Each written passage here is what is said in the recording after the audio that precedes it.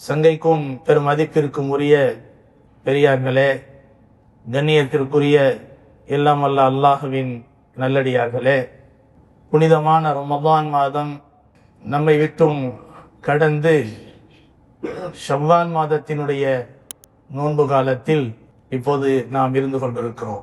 புனிதமான ஒரு நல்ல மாதம் நம்மை விட்டும் கடந்த பிறகுதான் அதிலே நாம் சரியான முறையிலே நல்ல அமல்களை செய்யவில்லையே என்ற ஒரு ஏக்கமும் அதை பற்றிய ஒரு கவலையும் நம்முடைய உள்ளங்களிலே ஏற்படுகின்றன. இந்த ரமதான் மாதம் முழுவதும் நாம் பேசிய பேச்சுக்களில், நாம் கேட்ட அந்த பயான்களில் அதிகமாக குர்ஆனை பற்றி நிறைய கேட்டிருப்போம். குர்ஆன் என்பது இந்த உலகத்தில் உயர்வுக்கான காரணம் குர்ஆன் அருளப்பட்ட இந்த உம்மத் ஹைர உம்மத்தாக இருக்கிறது. குர்ஆன் அருளப்பட்ட நபி இந்த நபிமார்களிலேயே மிக சிறந்த நபியாக சையதுல் அம்பியா வல் முர்சலீனாக இருக்கிறார்.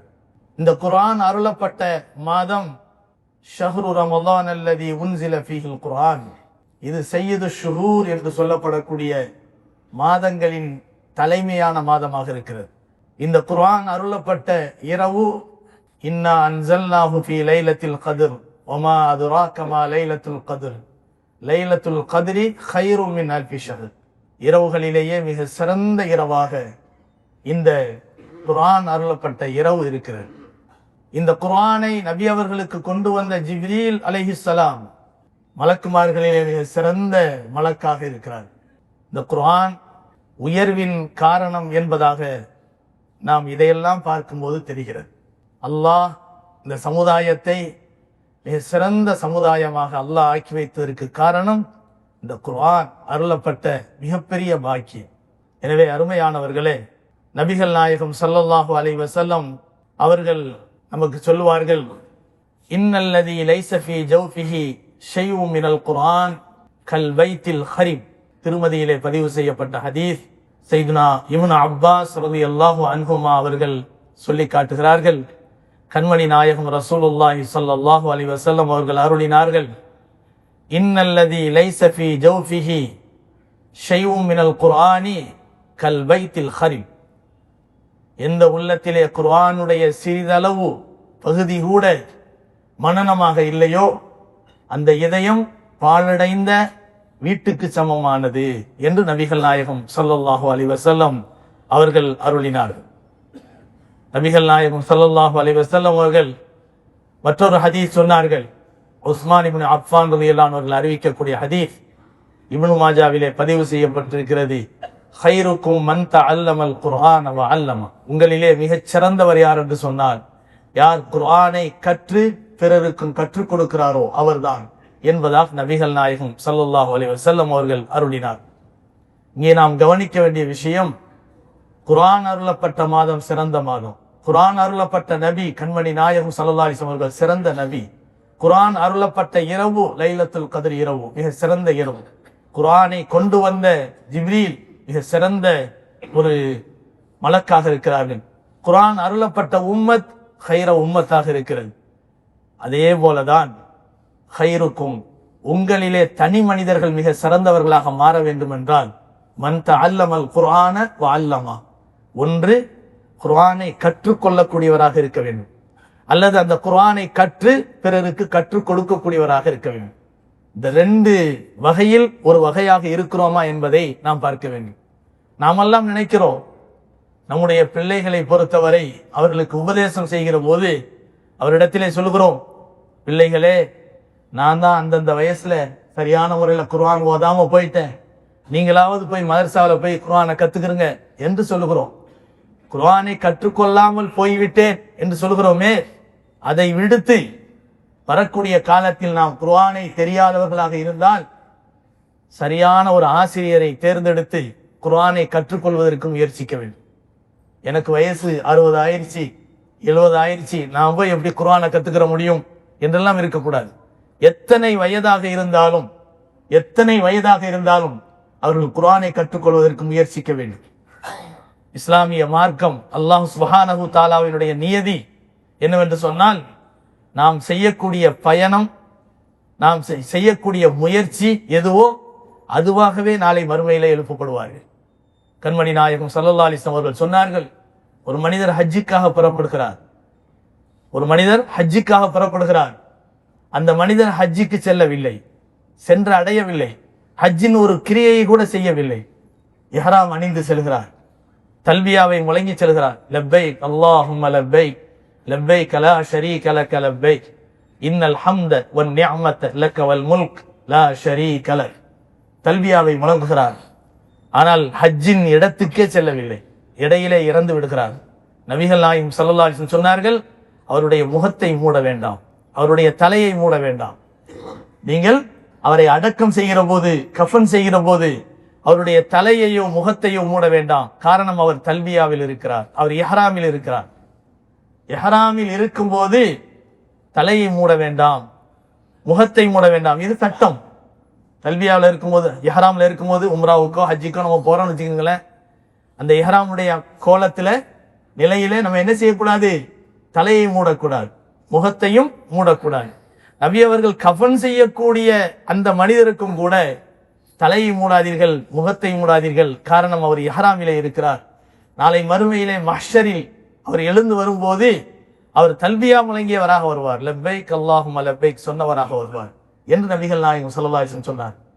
ஹஜ்ஜுக்கான நிய்யத்தை செய்து ஒரு மனிதர் புறப்பட்டு விட்டார், அவர் ஹாஜியாகவே நாளை மறுமையிலே எழுப்பப்படுகிறார். وَمَنْ يُهَاجِرْ فِي سَبِيلِ اللَّهِ يَجِدْ فِي الْأَرْضِ مُرَاغَمًا كَثِيرًا وَسَعًا وَمَنْ يَخْرُجْ مِنْ بَيْتِهِ مُهَاجِرًا إِلَى اللَّهِ وَرَسُولِهِ.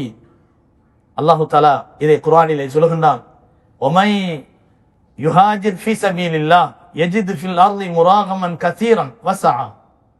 யார் அல்லாஹ்வுடைய எண்ணத்திலே, அல்லாஹ்வுடைய நிய்யத்திலே ஹிஜ்ரத் என்ற புலம்பெயர்ந்து செல்லக்கூடிய ஒரு பணியை செய்வாரோ, அவர் அங்கே செல்லக்கூடிய இடங்களிலே வசதி வாய்ப்புகளையும் விசாலமான இடங்களையும் பெறுவார். وَمَنْ يَخْرُجْ مِنْ بَيْتِهِ مُهَاجِرًا إِلَى اللَّهِ وَرَسُولِهِ ثُمَّ يُدْرِكُهُ الْمَوْتُ فَقَدْ وَقَعَ أَجْرُهُ عَلَى اللَّهِ. அல்லாஹ் சொல்கிறான், யார் ஹிஜ்ரத்துக்காக வேண்டி புறப்படுகிறார், ஆனால் ஹிஜ்ரத் எந்த இடத்துக்கு சென்று அடைய வேண்டுமோ அந்த இடத்தை அடையவில்லை, இடையிலேயே அவர் இறந்து விடுகிறார் என்று சொன்னால், فَقَدْ وَقَعَ أَجْرُهُ عَلَى اللَّهِ, ஹிஜ்ரத் செய்த நன்மையை பெற்றுக் கொள்கிறார். ஹிஜ்ரத்தை சென்று அடைந்த அந்த நன்மையை அவர் அடைந்து கொள்கிறார் என்பதாக நபிகள் நாயகம் அல்லாஹ் சுப்ஹானஹு வ தஆலா குர்ஆனிலே சொல்கின்றார். நபிகள் நாயகம் ஸல்லல்லாஹு அலைஹி வஸல்லம் அவர்களிடத்திலே இந்த வசனத்தை பற்றி கேட்கப்பட்ட போது நபிகள் நாயகம் ஸல்லல்லாஹு அலைஹி வஸல்லம் அவர்கள் இதை சொல்லி காட்டினார்கள். உங்களுக்கு தெரியாதா, ஒரு மனிதர் அல்லாஹ்வுடைய பாதையிலே ஹிஜ்ரத் செய்து செல்கிறார் என்று சொன்னால், அந்த மனிதர் செல்லக்கூடிய அந்த ஹிஜ்ரத் முழுமையடையவில்லாவிட்டாலும் அவர் நிச்சயமாக ஹிஜ்ரத்தினுடைய நன்மையை அடைந்து கொள்வார் என்பதை நபிகள் நாயகம் ஸல்லல்லாஹு அலைஹி வஸல்லம் அவர்கள் நமக்கு சொல்லித் தருகிறார். அருமையானவர்களே, ஏன் இதை இந்த இடத்திலே சொல்லுகிறோம் என்று சொன்னால், நம்முடைய நீயத்தை தான் அல்லாஹ் கவனிக்கிறான். பொதுவாக இந்த ஹதீஸ் பெரும்பான்மையானவர்களுக்கு தெரியும், இன்னமல் அமாலு பின்னியாத். சாதாரண மனிதர்கள் கூட பேசும்போது என்ன செய்வாங்க, இந்த வார்த்தையை சொல்லுவாங்க, இன்னமல் அமாலு பின்னியாத். நீயத்துகள் அனைத்தும், அதாவது செயல்பாடுகள் அனைத்தும் நீயத்துகளை பொறுத்துதான் கூலி வழங்கப்படும். பெரிய தர்மம் செய்கிறார், நீயத்து சரியில்லை, ஒரு பேரித்தம் கொட்டையினுடைய அளவுக்கு கூட நன்மை செய்த ஒரு தர்மம் செய்த நன்மை கிடைக்காது. ஒரு மனிதர் தர்மம் செய்கிறார், அவர் மிக சிறிய நன்மை தான் செய்கிறார், ஆனால் அவருடைய உள்ளத்திலே நீயத் பரிசுத்தமாக இருக்கிறது என்று சொன்னால் அவர் என்ன செய்வார், உகது மலை அளவு பெரிய நன்மையை அவர் அடைவார் என்பதை நபி அவர்கள் நமக்கு சொல்லித் தருகிறார். இன்னமல் அமாலு பின்னியாத், இதுக்கு இதுதான் அர்த்தம். இன்னமா லிக்குல்லி இம்ரியின் மானவா, இன்னமா லிக்குல்லி இம்ரியின் மானவா, ஒவ்வொரு மனிதனுக்கும் அவன் என்ன நீயத்து செய்தான் அது கிடைக்கும். நபி அவர்கள் சொன்னார், ஃபமன் கானத் ஹிஜ்ரத்துஹு இலல்லாஹி வ ரசூலி ஃபஹிஜ்ரத்துஹு இலல்லாஹி வ ரசூலி. எவர் ஒருவர் அல்லாஹுக்காக ரசூலுக்காக என்று சொல்லி ஹிஜ்ரத் செய்வாரோ, அவர் செய்த அந்த ஹிஜ்ரத்தை அல்லாஹ் அவனுக்காக, அந்த ரசூலுக்காக செய்த ஹிஜ்ரத்தாகவே அல்லாஹ் கபூல் செய்கிறான். ஃபமன் கானத் ஹிஜ்ரத்துஹு இலா துன்யா யுஸீபுஹா ஃபஹிஜ்ரத்துஹு இலா மா ஹாஜர இலைஹி. எவர் ஒருவர் வேறொரு விஷயத்துக்காக வேண்டி, வேறொரு பொருளை அடைந்து கொள்ள வேண்டும் என்பதற்காக வேண்டி உலகத்தினுடைய ஒரு நன்மையை பெற வேண்டும் என்பதற்காக வேண்டி ஒரு ஊரிலிருந்து இன்னொரு ஊருக்கு செல்வாரோ ஹிஜ்ரத்துஹு மா ஹாஜர இலை, அவர் எந்த எண்ணத்திலே ஹிஜ்ரத் செய்தாரோ அவர் அதை அடைந்து கொள்வார். ஆனால் மறுமையினுடைய அந்த நன்மை அவருக்கு கிடைக்காது என்று பெருமானார் ஸல்லல்லாஹு அலைஹி வஸல்லம் அவர்கள் நமக்கு சொல்லித் தருகிறார். அதே போலதான் குர்ஆனை கற்றுக்கொள்ளுதல் என்பது. இன்றிலிருந்து நாம் ஒவ்வொருவரும் குர்ஆனை கற்றுக்கொள்ள வேண்டும் என்ற நியத்து செய்கிற போது அந்த நியத் விசாலமான நியத்தாக இருக்க வேண்டும். எனக்கு குர்ஆன் ஓத தெரியாது, ஆனால் இனிமேல் வரக்கூடிய காலங்களில் ஒரு உஸ்தாதை தேர்ந்தெடுத்து அல்லது ஒரு மனைவி குர்ஆனை நன்றாக ஓதுகிறார் என்று சொன்னால் அவரை ஒரு உஸ்தாதாக அமர வைத்து குர்ஆனை அவரிடமிருந்து நான் கற்றுக்கொள்ள வேண்டும். அல்லது மனைவிக்கு குர்ஆன் தெரியவில்லை என்று சொன்னால் நான் என்னுடைய மனைவிக்கு நான் குர்ஆனை இனிமேல் கற்றுக் கொடுப்பேன். ஆனால் என்னுடைய நோக்கம் குர்ஆனை கற்றுக்கொள்வது மட்டுமல்ல, மாறாக இந்த குர்ஆனை மனனம் செய்து நான் ஹாஃபில் ஆகுவேன் என்ற எண்ணம் இருக்க வேண்டும். அல்லாஹ்வுடைய விஷயத்தில் விசாலமான நியத்தை செய்வோம். உலக விஷயத்தில் மட்டும் என்ன செய்கிறோம்? ஒவ்வொரு மனிதனுக்கும் வழங்கப்பட்ட ஆயுட்காலம் நபிகள் நாயகம் ஸல்லல்லாஹு அலைஹி வஸல்லம் அவர்கள் சொன்னது 60 70 வரை. ஆனால் நம்முடைய உழைப்பு, சம்பாத்தியம், நம்முடைய முயற்சி அப்படித்தான் இருக்கிறதா? ஒருத்தர் 50 வயசுல கடையில போய் உட்கார்ந்துருக்கிறார், 55 வயதிலே கடையில போய் உட்கார்ந்துருக்கிறார், 60 வயதிலே கடையிலே சென்று அமர்ந்திருக்கிறார். அவர் முயற்சி செய்கிறார், பாடுபடுகிறார், பெரிய ஒரு சாதனை செய்ய வேண்டும் என்று நினைக்கிறார். அவருடைய முயற்சி, அவருடைய அபாரமான அந்த ஒரு ஈடுபாடு, இதெல்லாம் பார்க்கும்போது சில நேரங்களில் என்ன ஞாபகம் வருது தெரியுமா? அவர் ஒரு 1000 வருஷம் உயிர் வாழ்வார்னு நினைச்சிட்டு பாடுபடுறாரோ அப்படிங்கிற மாதிரி தோணும். அந்த அளவுக்கு ஓடுகிறார், ஆடுகிறார், அங்கங்கு சாப்பிடுவதில்லை, சரியா தூங்குறதில்லை. தூங்கும் போது போன் வருது, உடனே என்ன செய்யறார்? போன் எடுத்து பேசுறார். அங்க கொஞ்சம் பேசாம போன ஆப்பிட்டு தூங்கலைங்க அப்படின்னு சொன்னாலும் கேட்கறது இல்லை. வர்ற வியாபாரத்தை விட முடியுமா? அதுக்காக வேண்டி தொழுகையை விடுறோம், நோன்பை விடுறோம், என்னென்ன செய்யணுமோ மார்க்கத்தையே அர்ப்பணிக்கணும் என்று சொன்னாலும் என்ன செய்யறோம்?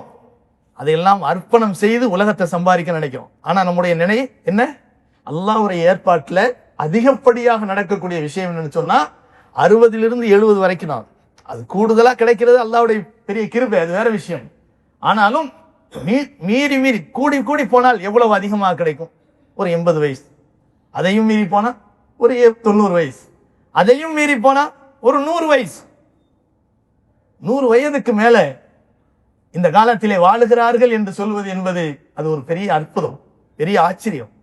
எங்கேயோ சில கிராமங்கள்ல ஒரு மூதாட்டி இருக்கிறாங்க, 100 வயசை கடந்து அவங்களுடைய கண்ணு தெளிவா தெரியுது, நல்லா பேசுறாங்க, நம்ம பேசிக்கொள்கிறோம். இது ஆச்சரியம். பேப்பர்ல வருது, அவருடைய பேச்சு ஒரு மாதிரியான ஒரு, அதாவது ஒரு தெளிவு இல்லாவிட்டாலும் அதை நம்ம என்ன செய்யறோம்? ஆச்சரியமா கேட்கிறோம். அருமையான பெருமக்களே, ஆக மனிதனுக்கு வழங்கப்பட்ட ஆயுட்காலம் என்பது மிக மிக குறைவு. பொதுவா அரபியில ஒரு பழமொழி சொல்லுவாங்க, கதுரு நியமத்தி பாத ஜவால். ஒரு நியமத், ஒரு அருளினுடைய அருமை அது நீங்கியதற்கு பிறகுதான் தெரியும் என்று சொல்வார். நம்முடைய ஆயுட்காலத்திலே ஒரு 60 வயது, ஒரு 50 வயதுக்கு மேலேயே நமக்கு ஓரளவு புரிய ஆரம்பிச்சிடும். நம்ம நிறைய அமல் செய்யணும், நிறைய இபாதத்துகள் செய்யணும் என்றெல்லாம் நம்முடைய எண்ணங்கள் வரும். ஆனால் இவ்வளவு காலமாக நின்று தொழுது கொண்டிருந்த நமக்கு நின்று தொழுவ முடியாது. நஃபிலான வணக்கங்களை நிறைய தொழுவணும் நினைக்கும் போது முழங்கால் வலிக்கும். முழங்கால் வலி இல்லாதவர்கள் எத்தனை பேர் இந்த காலத்துல? இது பரவலான நோய் அல்ல, பலவீனம் பரவலாக இருக்கிறது எல்லோரிடத்திலுமே. ஆனால் இது அல்லாஹ் சுப்ஹானஹு தஆலா கடைசி வரை தரையில் சஜிதா செய்யக்கூடிய நர்பாக்கியத்தை நம்ம எல்லாருக்கும் அல்லாஹ் தஆலா தருவானாக. இது பெரிய துவாவாக இருக்க வேண்டும். நம்முடைய வாழ்க்கையில நம்ம கேட்க வேண்டிய துவாக்கள்ல மிக உயர்ந்த துவாவாக இருக்க வேண்டியது என்ன தெரியுமா? இறைவா, கடைசி கால வரைக்கும் நான் படுக்கையா ஆயிடக்கூடாது. எந்த நிலையிலும் நான் தரையில சஜிதா செய்ய முடியாத நிலைமைக்கு ஆளாயிடக்கூடாது. ஒரு விஷயத்தை நம்முடைய உள்ளங்களிலே வைராக்கியமாக வைப்போம். என்னவென்று சொன்னால், என்னால் மிக மிக முடியாது என்கின்ற நிலை வரை நான் தரையில சஜிதா செய்யாம இருக்க மாட்டேன். சேர்ல போய் டக்குன்னு உட்கார்ந்துட மாட்டேன் என்ற நியத்து வரும். நிர்பந்தத்தின் அடிப்படையிலே சில பேர் சேர்ல போய் உட்காரலாம். ஆனால் சில பேரை நம்ம பார்க்கிறோம், சாதாரண ஒரு சின்ன ஒரு இயலாமைக்கும் என்ன செய்கிறார்கள் என்று சொன்னால் போய் சேர்ல உட்கார்ந்துறாங்க. எப்ப நம்ம சஜிதாவை விட்டும் சேர்ல போய் உட்கார்ந்து தொழுவணுங்கிற முடிவுக்கு வந்துடுறோமோ, அதுக்கு பின்னால் அல்லாஹ் சுப்ஹானஹு தஆலாவும் தயாராகிடுவான். சரி, நீ சேர்லயே உட்காரு. முடிஞ்ச அளவுக்கு நான் அடிக்கடி சொல்வது உண்டு, என்னிடத்திலே நெருங்கி பழகக்கூடிய மக்களிடத்திலே சொல்வது உண்டு. என்னவென்று சொன்னால், சரி, என்னால் சஜிதா செய்ய முடியவில்லை, எனவே நான் சேர்ல தான் போய் உட்கார்ந்து தொழுவணும். சேர்ல உட்கார்ந்து தொழுவது கூடுமா கூடாது, அது வேற விஷயம். அதை பத்தி பேச விரும்பல. அது ஒரு மார்க்கத்துல இருக்குதா இல்லையாங்கிறது வேற விஷயம். நபி அவர்கள் ஸல்லல்லாஹு அலைஹி வஸல்லம் அவர்கள் தன்னுடைய கால்கள் ஈடுபட்ட நிலையிலே தொழுகைக்கு வருகிறார்கள். அந்த நிலையிலும் கூட நபி அவர்கள் கீழே உட்கார்ந்து தான் தொழுதான் அப்படின்னு தான் ஹதீஸ்ல வருது. அப்படிப்பட்ட ஒரு பயங்கரமான சூழ்நிலையில ஒருத்தர் சேர்ல அதாவது உட்கார முடியாது, கீழே உட்கார முடியாதுங்கிற நிலைமையில சேர்ல உட்கார்ந்து தொழுகிறார். ஆனால் நாம் அடிக்கடி ஒரு சில மனிதர்களுக்கு சொல்லுவது உண்டு, நல்ல நட்பாக இருக்கக்கூடியவர்களுக்கு என்னன்னு சொன்னா, உங்களால் ரொம்ப கஷ்டப்பட்டு சஜிதா செய்ய முடியும் என்று இருந்தால் ஃபர்து தொழுகையை மட்டுமாவது சஜிதாவை தரையிலே செய்யக்கூடிய வகையில நம்ம என்ன செஞ்சிடணும், சேர்ல உட்காராம தொழுகணும். அப்படி கொஞ்ச நாள் செஞ்சு பாருங்களேன், அல்லாஹ் சுப்ஹானஹு தஆலா சுன்னத்துக்கும் நஃபிலுக்கும் அந்த பாக்கியத்தை தந்துடும். சுன்னத்தான நஃபிலான வணக்கங்களில் போய் நான் சேர்ல உட்கார்ந்துக்கிறேன், பிரச்சனை இல்லை. ஆனா ஃபர்ல நான் இப்படிதான் தொழுவேன் என்ற வைராக்கியம், அல்லாஹுக்காக வேண்டி உறுதிமானம் இருக்குமேயானால் அல்லாஹ் ஒரு கட்டத்துக்கு மேல என்ன செஞ்சிருவான் தெரியுமா? அல்லாஹ் இந்த மனிதன் எனக்காக வேண்டி இவ்வளவு படுகிறான், எனவே அவனுக்காக வேண்டி நான் சாதகமாக்கி கொடுக்கிறேன். இது நடந்த உண்மை. ஒரு மனிதர் எனக்கு ரொம்ப பழக்கமானவர், வெளியூர்ல, அவர் நல்லா தொழுது கொண்டிருந்தார். ஒரு கட்டத்துக்கு மேல சேர்ல உட்கார்ந்து தொழுதார். அவரிடத்திலே நான் சொன்னேன், தயவு செய்து உங்களால் கொஞ்சமாவது முடியும் என்று இருந்தால் நீங்கள் ஃபர்லான தொழுகையை மட்டுமாவது நின்று சஜிதா செய்து தொழுக வேண்டும் என்ற முடிவுக்கு வாருங்கள். அப்படி நீங்கள் செய்தால் இன்ஷா அல்லாஹ் அல்லாஹ் உங்களுக்கு கூடிய சீக்கிரம் நல்ல சுகத்தை கொடுப்பான் என்று சொன்னபோது, அதே போல அவர் கொஞ்ச நாளைக்கு பிறகு நின்று சப்புகளில் நின்று தொழுதார். அவருடைய உடல் நல்ல பெருத்திருக்கும், அவர் கால்வலியால் கஷ்டப்படக்கூடியவர். ஆனால் அவர் சொன்னார், நீங்க இந்த வார்த்தையை சொன்னதுக்கு பின்னால் நான் முயற்சி பண்ணி பார்த்தேன், இப்ப சுன்னத்து நஃபிலையெல்லாம் நான் வந்து நின்றுதான் தொழுகிறேன் என்று சொன்னார்.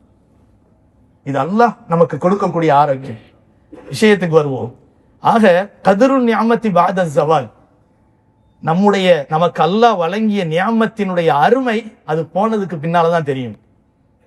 இப்போது ஒரு 55, 60 வயதுக்கு மேல நம்மால் நின்று தொழுவ முடியவில்லை, குர்ஆனை சரி தெளிவா ஓத முடியல அப்படின்லாம் நினைக்கிறோம். ஆனால் வாலிப வயதில் செய்யக்கூடிய அமல், அந்த நேரத்திலே நான் நல்ல அமல் செய்யாம இருந்துட்டேனே என்று நாம் நினைக்கிறோம். பாருங்க, இது முன்னால் கடந்து போன காலத்தை நினைத்து வருந்துகிறோம் இல்லையா? அதே போலதான் ரமலான் கடந்து போய் விட்டதே என்று நினைத்து நாம் வருத்தப்படுகிறோம்.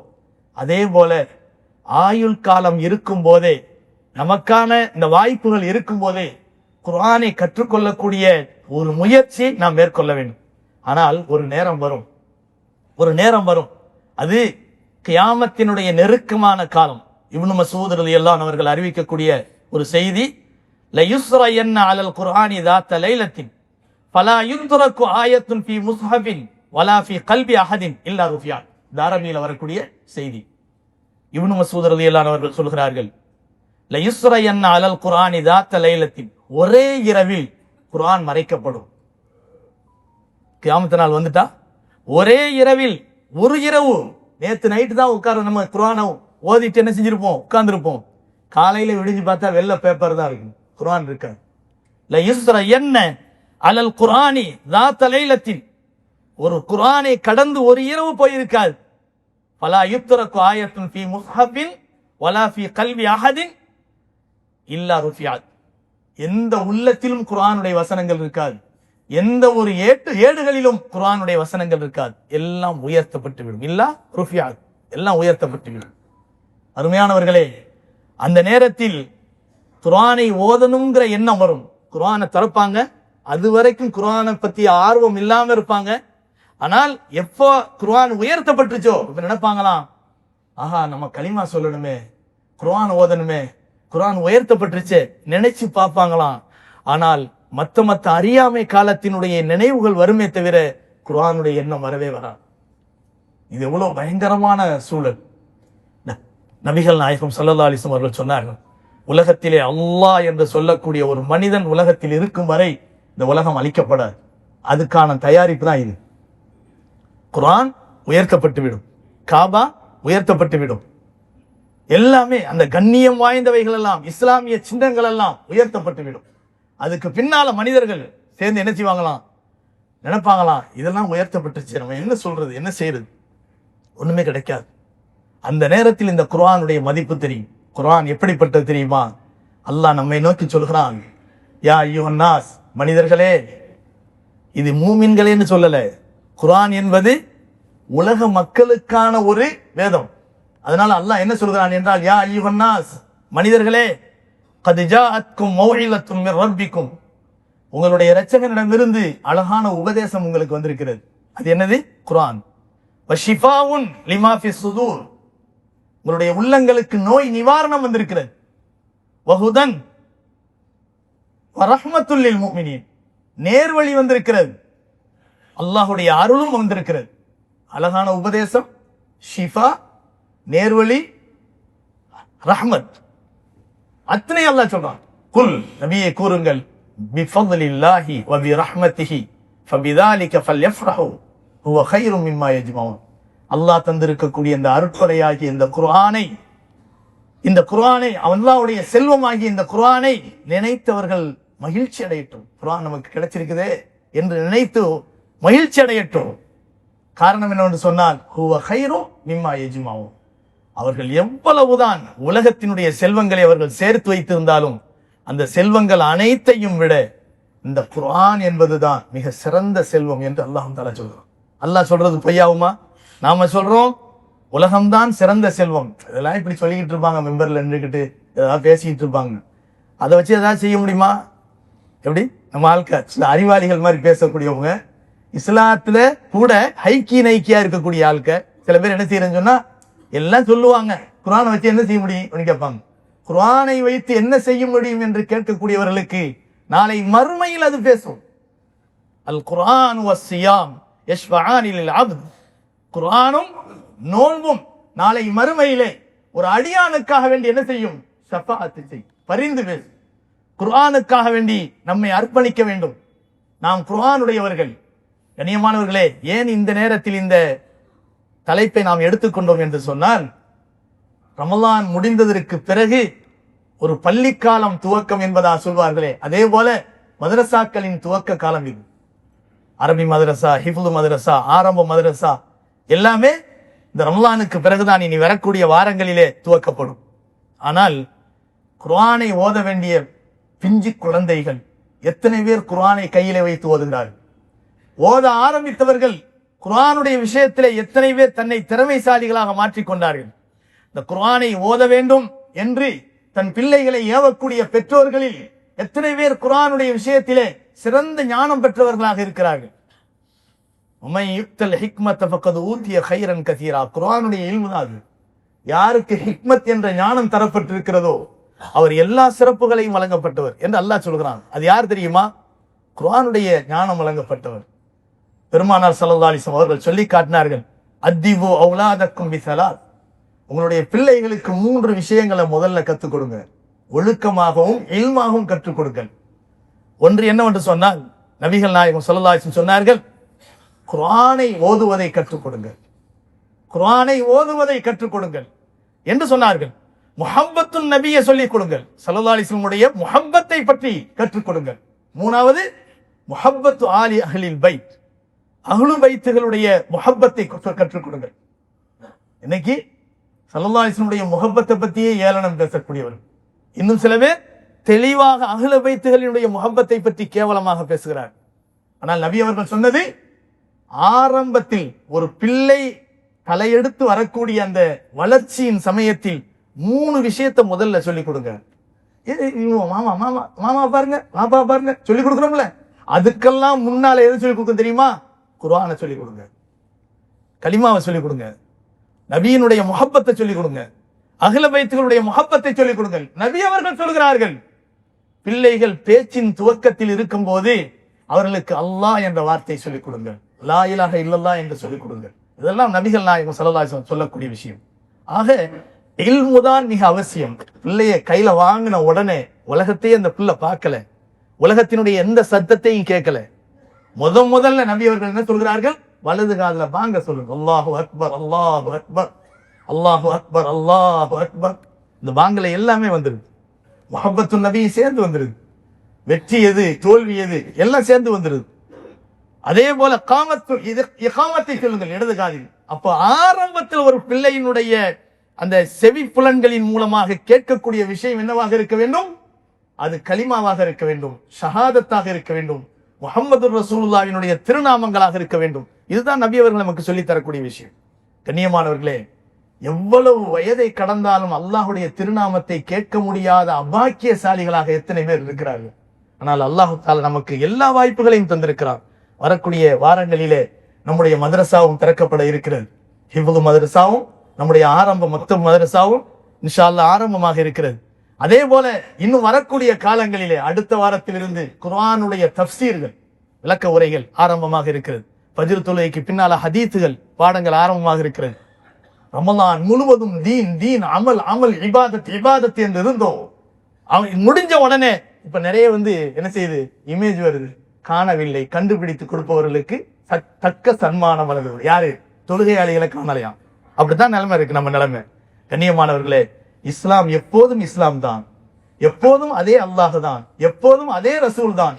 எனவே இபாதத்தில் குறைபாடுகள் என்பது இந்த காலங்களில் வந்துவிடக்கூடாது. எவ்வளவு வீரியத்தோடு வேகத்தோடு அந்த தீனுடைய விஷயத்திலே ரமலானிலே பாடுபட்டோமோ ஈடுபட்டோமோ அதே தீவிரம் இந்த ரமலான் அல்லாத காலங்களில் இருக்க வேண்டும்.